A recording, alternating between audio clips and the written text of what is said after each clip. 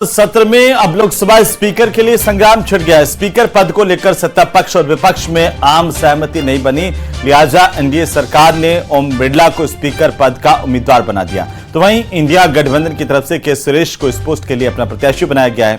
यानी कि सदन में स्पीकर पर पहला फ्लोर टेस्ट के लिए बैटल ग्राउंड सेट हो चुका है। आपको रिपोर्ट दिखाते हैं।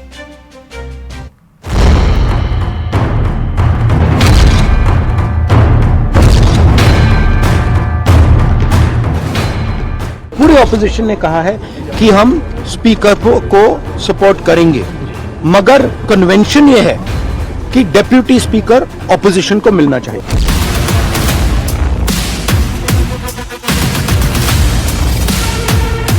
जो विपक्ष की मांग यही थी कि उपाध्यक्ष विपक्ष का हो। हमारी राय पार्टी की है, वो है कि उपाध्यक्ष विपक्ष का हो। लोकतंत्र के मंदिर का स्पीकर कौन होगा, किसके आदेश के बिना लोकसभा में पत्ता भी नहीं हिल सकेगा। इसका इंतजार एनडीए के साथ पूरे इंडिया गठबंधन को है, क्योंकि इस बार हर बार की तरह सर्वसम्मति से स्पीकर नहीं चुना गया है और चुनाव के जरिए इसका फैसला किया जाएगा। बताइए, आज दिन तक कभी भी लोकसभा के स्पीकर का चुनाव कंडीशनल होता है क्या? कंडीशन के साथ होता है क्या? डिप्टी स्पीकर तय करो तब हम स्पीकर में तुम्हारे को मदद करेंगे। और ये कौन कह रहे हैं? ये वो लोग कह रहे हैं जिन्होंने कांग्रेस की सरकार में तेलंगाना में स्पीकर भी अपना बनाया है और डिप्टी स्पीकर भी अपना बनाया है।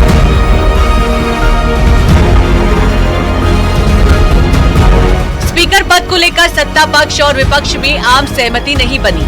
सत्ता पक्ष ने ओम बिरला को स्पीकर पद का उम्मीदवार बनाया है, तो वहीं विपक्ष ने के सुरेश को इस पोस्ट के लिए अपने प्रत्याशी बनाया है।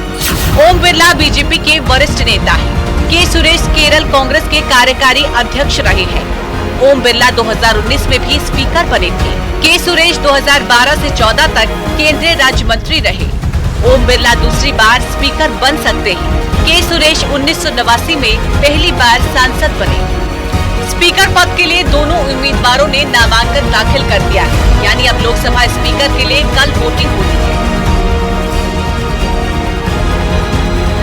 पूरे ऑपोजिशन ने कहा है कि हम स्पीकर को सपोर्ट करेंगे, मगर कन्वेंशन ये है कि डेप्यूटी स्पीकर ऑपोजिशन को मिलना चाहिए।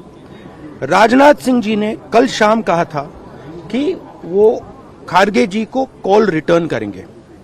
अभी तक राजनाथ सिंह जी ने खारगे जी का कॉल रिटर्न नहीं किया है।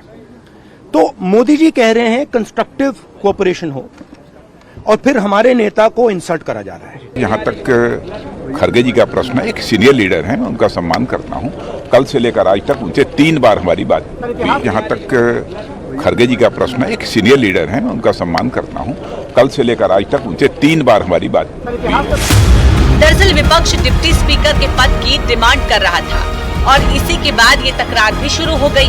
कांग्रेस का कहना है कि डिप्टी स्पीकर का पद विपक्ष को देने की परंपरा है, हालांकि बहुत साफ तौर पर एनडीए के साथ है। पर इस पूरी तकरार के बीच सवाल ये है कि सरकार और विपक्ष के बीच सदन की पहली टक्कर किसका होगा डिप्टी स्पीकर।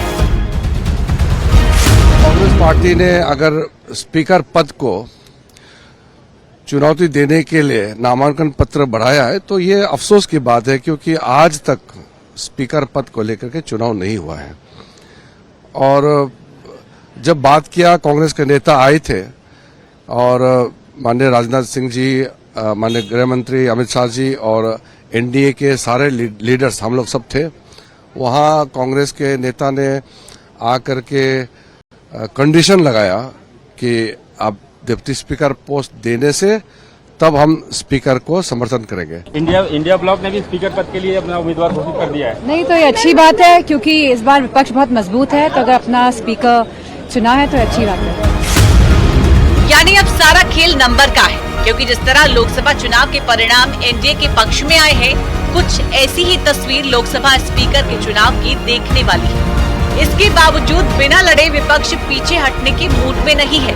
मोदी के साथ 293 सांसदों का दम है, तो राहुल गांधी के साथ 233 सांसद हैं और अदर 16 सांसद फिलहाल किसी के साथ नहीं है। अब एनडीए और इंडिया गठबंधन की नजर उन 16 निर्दलीय सांसदों पर है जो एनडीए को 300 पार और विपक्षी गठबंधन को मुकाबले में बनाए रख सकते हैं, जो बेहद ही रोचक होने वाला है। Bureau report.